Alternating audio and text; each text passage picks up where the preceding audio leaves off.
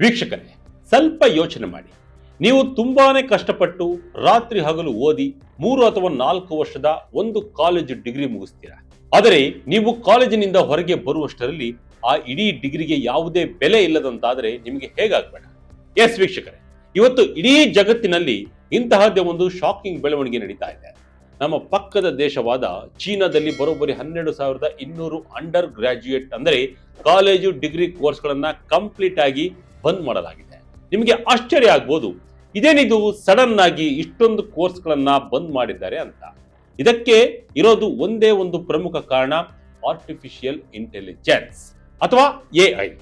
ಇವತ್ತು AI technology ಎಷ್ಟು ವೇಗವಾಗಿ ಬೆಳೀತಿದೆ ಅಂದ್ರೆ ಸಾಂಪ್ರದಾಯಿಕ ಡಿಗ್ರಿ ಕೋರ್ಸ್ಗಳು ಇಂದಿನ ಉದ್ಯೋಗ ಮಾರುಕಟ್ಟೆಗೆ ಸಂಪೂರ್ಣವಾಗಿ ಅಪ್ರಸ್ತುತವಾಗ್ತಾ ಇದೆ. ಇದೇ ಕಾರಣಕ್ಕೆ ಚೀನಾ ಸರ್ಕಾರ ತನ್ನ ಯೂನಿವರ್ಸಿಟಿಗಳಲ್ಲಿದ್ದ ಸಾವಿರಾರು ಕೋರ್ಸ್ಗಳಿಗೆ ಬೀಗ ಹಾಕಿದೆ. ಹಾಗಾದ್ರೆ ಚೀನಾ ದೇಶ ಯಾಕೆ ಇಂತಹ ಕಠಿಣ ನಿರ್ಧಾರವನ್ನು ತೆಗೆದುಕೊಂಡಿದೆ? ಯಾವೆಲ್ಲ ಕೋರ್ಸ್ಗಳು ಅಲ್ಲಿ ಬಂದ್ ಆಗಿವೆ? ಹೊಸದಾಗಿ ಯಾವೆಲ್ಲ ಕೋರ್ಸ್ಗಳನ್ನ ಲಾಂಚ್ ಮಾಡಿದ್ದಾರೆ? ಇದೆಲ್ಲದರ ನಡುವೆ ನಮ್ಮ ದೇಶದ ಪರಿಸ್ಥಿತಿ ಏನಾಗಬಹುದು? ಬನ್ನಿ, ಇವತ್ತಿನ ಈ ಇಂಟ್ರೆಸ್ಟಿಂಗ್ ವಿಡಿಯೋದಲ್ಲಿ ನಾವಿಲ್ಲಿ ಪ್ರತಿಯೊಂದನ್ನ ಡೀಟೇಲ್ ಆಗಿ ನೋಡ್ತಾ ಹೋಗೋಣ. ಚೀನಾದಲ್ಲಿ 12,000ಕ್ಕೂ ಹೆಚ್ಚು ಕೋರ್ಸ್ಗಳು ಬಂದ್, 30%ಕ್ಕೂ ಹೆಚ್ಚು ಡಿಗ್ರಿಗಳಿಗೆ ಬಿತ್ತು ಬೀಗ. ವೀಕ್ಷಕರೇ, ಫಸ್ಟ್ ನಾವು ಚೀನಾದ ಈ ಶಿಕ್ಷಣ ವ್ಯವಸ್ಥೆಯಲ್ಲಿ ಆಗಿರುವ ಬೃಹತ್ ಬದಲಾವಣೆಯನ್ನ ಅರ್ಥ ಮಾಡಿಕೊಳ್ಳೋಣ. ಚೀನಾ ದೇಶವು ಏಕಾಏಕಿ ಒಂದೇ ದಿನದಲ್ಲಿ ಇಷ್ಟೊಂದು ಕೋರ್ಸ್ಗಳನ್ನ ರದ್ದು ಮಾಡಿದೆ. ಚೀನಾದ ಶಿಕ್ಷಣ ಸಚಿವಾಲಯದ ಅಧಿಕೃತ ಅಂಕಿಅಂಶಗಳ ಪ್ರಕಾರ 2021ರಿಂದ 25ರ ಅವಧಿಯಲ್ಲಿ ಅಲ್ಲಿನ ಯೂನಿವರ್ಸಿಟಿಗಳು ಬರೋಬ್ಬರಿ 12,200 ಅಂಡರ್ ಗ್ರಾಜ್ಯುಯೇಟ್ ಪ್ರೋಗ್ರಾಂಗಳನ್ನ ಬಂದ್ ಮಾಡಿವೆ. ಅಂದ್ರೆ ಪದವಿ ಕೋರ್ಸ್ಗಳನ್ನ ಕ್ಲೋಸ್ ಮಾಡಲಾಗಿದೆ.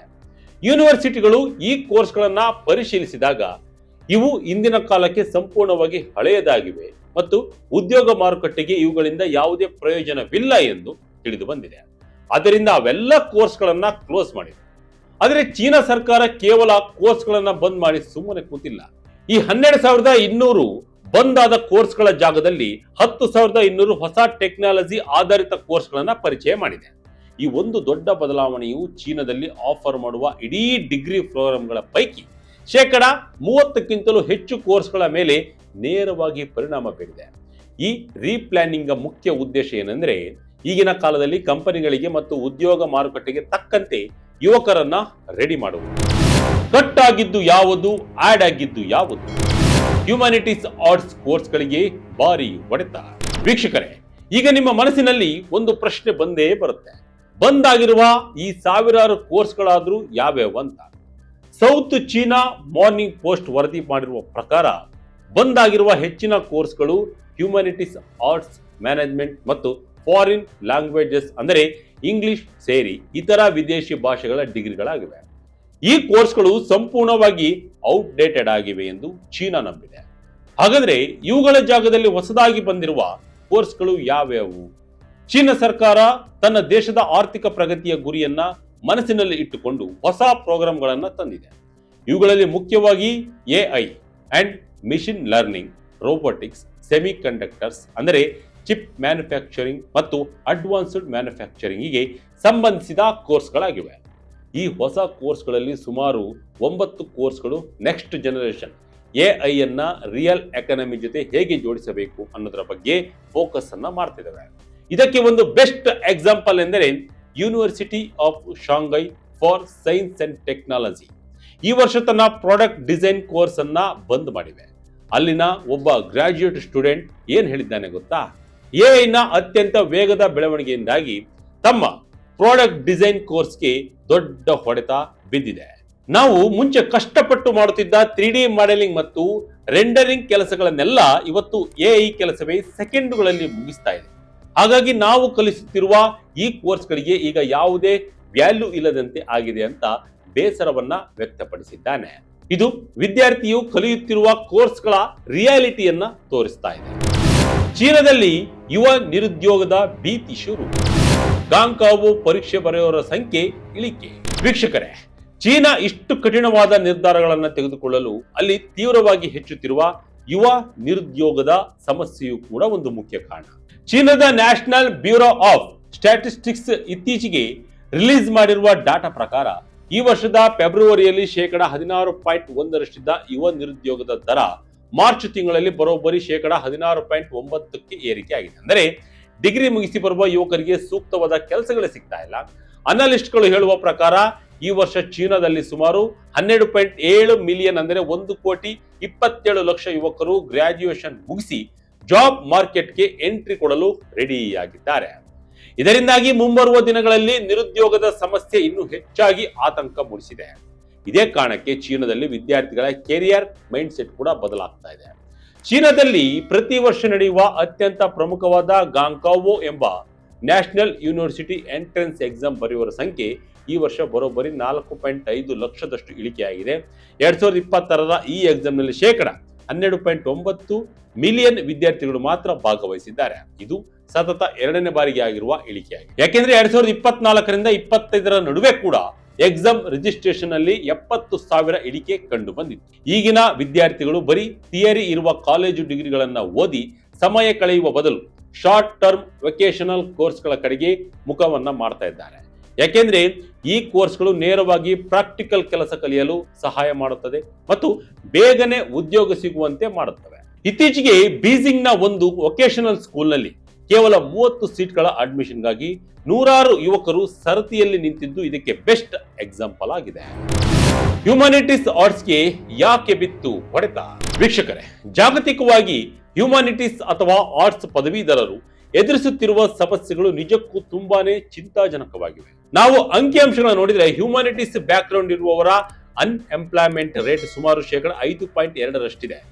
ಅದೇ ಬೇರೆ ಎಲ್ಲಾ ಕಾಲೇಜು ಪದವೀಧರರ ಅವರೇಜ್ ನಿರುದ್ಯೋಗ ದರ 4.3%. ಇನ್ನು 23ರಿಂದ 32 ವರ್ಷದೊಳಗಿನ ಯುವ ಹ್ಯುಮ್ಯಾನಿಟೀಸ್ ಗ್ರಾಜ್ಯುಯೇಟ್ಸ್ ಗಳಲ್ಲಿ ನಿರುದ್ಯೋಗದ ದರ ಪುರುಷರಲ್ಲಿ 6.4% ಇದ್ದರೆ ಮಹಿಳೆಯರಲ್ಲಿ 4.1%. ಇದಲ್ಲದೆ ಮತ್ತೊಂದು ದೊಡ್ಡ ಸಮಸ್ಯೆ ಎಂದರೆ ಅಂಡರ್ ಎಂಪ್ಲಾಯ್ಮೆಂಟ್, ಅಂದರೆ ಅವರ ಕ್ವಾಲಿಫಿಕೇಶನ್ಗೆ ತಕ್ಕ ಕೆಲಸ ಸಿಗದೆ ಇರುವುದು. ಹಿಸ್ಟರಿ, ಕಮ್ಯುನಿಕೇಶನ್, ಪೊಲಿಟಿಕಲ್ ಸೈನ್ಸ್ ಅಥವಾ ಫಿಲಾಸಫಿ ಓದಿದವರಲ್ಲಿ 50%ಕ್ಕಿಂತಲೂ ಹೆಚ್ಚು ಜನ ಇವತ್ತು ಯಾವುದೇ ಕಾಲೇಜ್ ಡಿಗ್ರಿ ಬೇಡದ ನಾರ್ಮಲ್ ಉದ್ಯೋಗಗಳನ್ನ ಮಾಡ್ತಾ ಇದ್ದಾರೆ. ಇದಕ್ಕೆ ಮುಖ್ಯ ಕಾರಣವೆಂದರೆ ಈಗಿನ ಕಂಪನಿಗಳು ಪ್ರೋಗ್ರಾಮಿಂಗ್ ಮತ್ತು ಸಾಫ್ಟ್ವೇರ್ ನಂತಹ ಟೆಕ್ನಿಕಲ್ ಅಥವಾ ಸ್ಟೆಮ್ ಸ್ಕಿಲ್ಸ್ ಕೇಳ್ತಾ ಇದ್ದಾವೆ. ಅದಕ್ಕೆ ಹ್ಯುಮ್ಯಾನಿಟೀಸ್ ನಲ್ಲಿ ಕ್ರಿಟಿಕಲ್ ಥಿಂಕಿಂಗ್ ಮತ್ತು ಥಿಯರಿಗೆ ಜಾಸ್ತಿ ಒತ್ತು ನೀಡಲಾಗುತ್ತೆ. ಜೊತೆಗೆ ಇಂಜಿನಿಯರಿಂಗ್ ಅಥವಾ ನರ್ಸಿಂಗ್ ನಂತೆ ಹ್ಯುಮ್ಯಾನಿಟೀಸ್ ಡಿಗ್ರಿಗಳಿಗೆ ಒಂದು ನಿರ್ದಿಷ್ಟವಾದ ಉದ್ಯೋಗದ ಹಾದಿ ಇರುವುದಿಲ್ಲ. ಕ್ರಿಯೇಟಿವ್ ಜಾಬ್ಸ್ ಕತೆ ಏನಾಗುತ್ತೆ ಗೊತ್ತಾ? ಇನ್ನು ಕ್ರಿಯೇಟಿವ್ ಮತ್ತು ಕಮ್ಯುನಿಕೇಶನ್ ರಂಗದ ಕಡೆ ಬಂದರೆ ಅಲ್ಲಿ ಕೆಲಸ ಮಾಡುವ ಸುಮಾರು 2/3 ಜನರಿಗೆ ತಮ್ಮ ಕೆಲಸದ ಭದ್ರತೆಯ ಬಗ್ಗೆ ಭಯ ಶುರುವಾಗಿದೆ. ಸುಮಾರು 50% ನಾವೆಲಿಸ್ಟ್ ಅಂದರೆ ಕಾದಂಬರಿಕಾರರು ಇವತ್ತು ಎಐ ನಮ್ಮನ್ನ ರೀಪ್ಲೇಸ್ ಮಾಡಬಹುದು ಅಂತ ಆತಂಕದಲ್ಲಿದ್ದಾರೆ. ಇನ್ನು ಐಶಾ ಬೆಲಾರ್ಬಿಯಂತಹ ರಿಯಲ್ ಆರ್ಟಿಸ್ಟ್ಗಳು ಈಗ ಆರ್ಟ್ ಕಮಿಷನ್ ತೆಗೆದುಕೊಳ್ಳುವುದನ್ನೇ ಕಡಿಮೆ ಮಾಡಿದ್ದಾರೆ. ಯಾಕೆಂದ್ರೆ ಎಐ ಜನರೇಟ್ ಮಾಡುವ ಚಿತ್ರಗಳು ಎಷ್ಟು ರಿಯಲಿಸ್ಟಿಕ್ ಆಗಿ ಇರುತ್ತವೆ ಅಂದರೆ ರಿಯಲ್ ಆರ್ಟಿಸ್ಟ್ ಮಾಡಿದಕ್ಕೂ ಎಐ ಮಾಡಿದಕ್ಕೂ ವ್ಯತ್ಯಾಸವೇ ಸಿಗ್ತಾ ಇಲ್ಲ. ಸಾಂಗ್ ರೈಟರ್ಸ್ ಕೂಡ ಇವತ್ತು ರೆವೆನ್ಯೂ ಕಳೆದುಕೊಳ್ತಿದ್ದಾರೆ. ಜಾಹೀರಾತುದಾರರು ಈಗ ರಿಯಲ್ ಆರ್ಟಿಸ್ಟ್ಗೆ ದುಡ್ಡು ಕೊಟ್ಟು ಮ್ಯೂಸಿಕ್ ಲೈಸೆನ್ಸ್ ಅನ್ನ ತಗೊಳ್ಳುವ ಬದಲು ಕೇವಲ 1-2 ನಿಮಿಷಗಳಲ್ಲಿ ಕ್ರಿಯೇಟ್ ಮಾಡಬಹುದಾದ ಎಐ ಸಾಂಗ್ಸ್ ಗಳನ್ನ ಬಳಸ್ತಾ ಇದ್ದಾರೆ. ಕಾಪಿ ರೈಟರ್ಸ್ ಕೂಡ ಇವತ್ತು ತಮ್ಮ ಕೆಲಸವನ್ನ ಕಳೆದುಕೊಳ್ತಿದ್ದಾರೆ. ಬ್ಲಾಗ್ ಬರೆಯುವುದು, ಸೋಷಿಯಲ್ ಮೀಡಿಯಾ ಪೋಸ್ಟ್ ಅಪ್ಡೇಟ್ ಮಾಡುವುದು, ಇಂತಹ ಬೇಸಿಕ್ ಎಂಟ್ರಿ ಲೆವೆಲ್ ಕೆಲಸಗಳೆಲ್ಲ ಕಂಪನಿಗಳು ಎಐ ಮೂಲಕವೇ ಸುಲಭವಾಗಿ ಮುಗಿಸ್ತಾ ಇದ್ದಾವೆ. ಅಂದ್ರೆ ಎಐ ನಿಂದ ಪಾಸಿಟಿವ್ ಕೂಡ ಇದೆ. ಇದು ಕೆಲಸದ ಎಫಿಷಿಯನ್ಸಿ ಮತ್ತು ಪ್ರೊಡಕ್ಟಿವಿಟಿಯನ್ನ ಹೆಚ್ಚು ಮಾಡುತ್ತದೆ.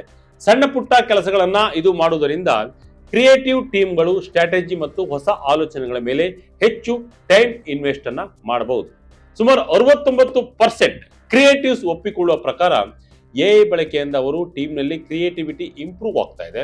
ಗ್ರಾಫಿಕ್ ಡಿಸೈನರ್ಸ್ ಮತ್ತು ವೆಬ್ ಡಿಸೈನರ್ಸ್ ಗಳಲ್ಲಿ ನಿರುದ್ಯೋಗ ದರ ಇನ್ನೂ ಕೂಡ ಕಡಿಮೆಯೇ ಇದೆ.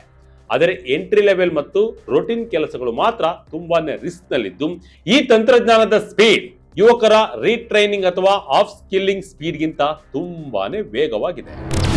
ಭಾರತ ವರ್ಸಸ್ ಚೀನಾ, ಇಲ್ಲಿ ಹೇಗಿದೆ ಪರಿಸ್ಥಿತಿ? ಇಲ್ಲೂ ಡಿಗ್ರಿ ಕೋರ್ಸ್ ಬ್ಯಾನ್ ಮಾಡಬೇಕಾ? ವೀಕ್ಷಕರೇ, ಈಗ ನಮ್ಮ ದೇಶ ಭಾರತದ ಪರಿಸ್ಥಿತಿಯನ್ನ ಚೀನಾಗೆ ಕಂಪೇರ್ ಮಾಡಿ ನೋಡೋಣ. ಚೀನಾ ಈ ಸಮಸ್ಯೆಗೆ ತೆಗೆದುಕೊಂಡಿದ್ದು ತುಂಬಾನೇ ರಾಡಿಕಲ್ ಅಥವಾ ಕಠಿಣವಾದ ನಿರ್ಧಾರ. ಅಂದರೆ ಡಿಗ್ರಿ ಕೋರ್ಸ್ಗಳನ್ನೇ ಸಂಪೂರ್ಣವಾಗಿ ಬಂದ್ ಮಾಡುವುದು, ಆದರೆ ಭಾರತ ಈ ತರಹದ ನಿರ್ಧಾರವನ್ನ ಮಾಡಿಲ್ಲ. ನಮ್ಮಲ್ಲಿ ಯಾವುದೇ ಹ್ಯೂಮಾನಿಟೀಸ್ ಡಿಗ್ರಿ ಕೋರ್ಸ್ಗಳನ್ನ ಬ್ಯಾನ್ ಮಾಡಿಲ್ಲ. ಬದಲಿಗೆ ಟ್ರೆಡಿಷನಲ್ ಎಜುಕೇಶನ್ ಜೊತೆಗೆ ಸ್ಕಿಲ್ ಎನ್ಹೆನ್ಸ್ಮೆಂಟ್ಗೆ ಅಂದರೆ ಕೌಶಲ್ಯ ಅಭಿವೃದ್ಧಿಗೆ ಭಾರತ ಹೆಚ್ಚಿನ ಆದ್ಯತೆಯನ್ನು ನೀಡುತ್ತಾ ಇದೆ. ಚೀನಾದಲ್ಲಿ ನಿರುದ್ಯೋಗದ ದರ 16ಕ್ಕಿಂತ ಹೆಚ್ಚಿದ್ದು ಅದು ಈ ರೀತಿ ಕೋರ್ಸ್ ಬಂದ್ ಮಾಡಲು ಮುಖ್ಯ ಕಾರಣವಾಗಿದೆ. ಭಾರತದಲ್ಲಿ ಇತ್ತೀಚೆಗೆ ಯುವಕರ ಉದ್ಯೋಗದ ಮಾರ್ಕೆಟ್ ಕಷ್ಟದಲ್ಲಿದೆ ಮತ್ತು ಎಂಟ್ರಿ ಲೆವೆಲ್ ಕೆಲಸಗಳು ಕಡಿಮೆಯಾಗುತ್ತಿವೆ. ವಿಶೇಷವಾಗಿ ನಮ್ಮ BPO ಅಂದರೆ ಕಾಲ್ ಸೆಂಟರ್ ಮತ್ತು ಕಸ್ಟಮರ್ ಸರ್ವಿಸ್ ಕ್ಷೇತ್ರಗಳ ಮೇಲೆ AI ಅತಿದೊಡ್ಡ ಪರಿಣಾಮವನ್ನು ಬೀರ್ತಾ ಇದೆ. ಮುಂಬರುವ 10 ವರ್ಷಗಳಲ್ಲಿ ಅಲ್ಲಿ ಉದ್ಯೋಗಗಳು ಗಣನೀಯವಾಗಿ ಕಡಿಮೆಯಾಗಬಹುದು ಅಂತ ಅಂದಾಜಿಸಲಾಗಿದೆ. ಆರ್ಟ್ಸ್ ಮ್ಯೂಸಿಕ್ ಕಲಿಯಲು ಭಾರತೀಯರಿಗೆ ಇಷ್ಟ. ಕಮ್ಯುನಿಕೇಶನ್ ಸಾಫ್ಟ್ ಸ್ಕಿಲ್ಸ್ ಇಂದಿನವರೆಗೆ ಅನಿವಾರ್ಯ. ಇನ್ನು ಇಮೇಜ್ ಕ್ರಿಯೇಷನ್, ವಿಡಿಯೋ ಕ್ರಿಯೇಷನ್ ಮತ್ತು ಎಜುಕೇಶನ್ ನಲ್ಲಿ AI ಟ್ಯೂಬರ್ಗಳ ಮತ್ತು ದೇಶದಲ್ಲೂ ಸಾಕಷ್ಟು ಬದಲಾವಣೆ ತರ್ತಾ ಇದೆ. ಕಳೆದ ವರ್ಷ ಸೆಪ್ಟೆಂಬರ್ನ ಒಂದು ಸರ್ವೆ ಪ್ರಕಾರ ನಮ್ಮ ದೇಶ ಮೆಜಾರಿಟಿ ಟೀನೇಜರ್ಸ್ ಮತ್ತು ತಮ್ಮ ಕೆರಿಯರ್ ಬಗ್ಗೆ ಆತಂಕದಲ್ಲಿದ್ದಾರೆ. ಇದೇ ಸಮಯದಲ್ಲಿ ನಮ್ಮ ದೇಶದ ಸುಮಾರು 27% ಯುವಕರು ಆರ್ಟ್ಸ್ ಅಥವಾ ಮ್ಯೂಸಿಕ್ ಕಲಿಯಲು ಇಷ್ಟಪಟ್ಟರೆ 25% ಯುವಕರು ಕಂಟೆಂಟ್ ಕ್ರಿಯೇಷನ್ ವಲಯವನ್ನ ಇಷ್ಟಪಡ್ತಿದ್ದಾರೆ. ನಮ್ಮ ಯುವಕರು ಈಗ ಬರೀ ಡಿಗ್ರಿ ನಂಬಿ ಕೂರುವ ಹಾಗಿಲ್ಲ.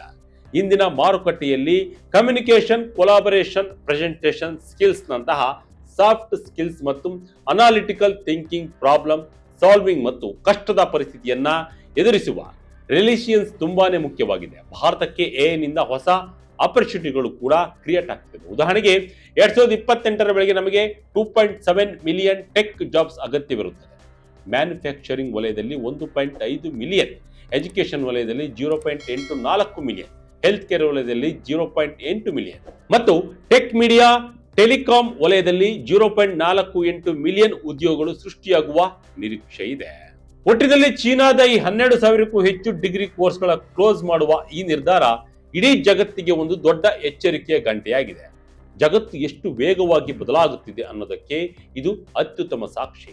ನಾವು ಕೂಡ ಬರೀ ಸಾಂಪ್ರದಾಯಿಕ ಡಿಗ್ರಿಗಳಿಗೆ ಸೀಮಿತವಾಗದೆ ಹೊಸ ತಂತ್ರಜ್ಞಾನಕ್ಕೆ ತಕ್ಕಂತೆ ನಮ್ಮ ಕೌಶಲ್ಯವನ್ನ ಅಪ್ಗ್ರೇಡ್ ಮಾಡಿಕೊಳ್ಳಬೇಕಾದ ಅನಿವಾರ್ಯತೆ ಇದೆ. ಚೀನಾ ತೆಗೆದುಕೊಂಡಿರುವ ಈ ಕಠಿಣವಾದ ನಿರ್ಧಾರದ ಬಗ್ಗೆ ನಿಮಗೆ ಏನನ್ಸುತ್ತೆ? ಭಾರತ ಕೂಡ ಭವಿಷ್ಯದಲ್ಲಿ ಇಂತಹ ಹೆಜ್ಜೆ ಇಡಬೇಕಾಗುತ್ತಾ? ನಿಮ್ಮ ಅಭಿಪ್ರಾಯವನ್ನ ಕಾಮೆಂಟ್ ನಲ್ಲಿ ತಿಳಿಸಿ. ಇದಾಗಿತ್ತು ಈ ಕ್ಷಣದ ಇಂಟ್ರೆಸ್ಟಿಂಗ್ ಸ್ಟೋರಿ. ಇದೇ ರೀತಿಯ ಸ್ಟೋರಿಗಾಗಿ Vijaya Kanaka website, YouTube page, Facebook page follow ಮಾಡ್ತಾ ಇರಿ. ಧನ್ಯವಾದಗಳು.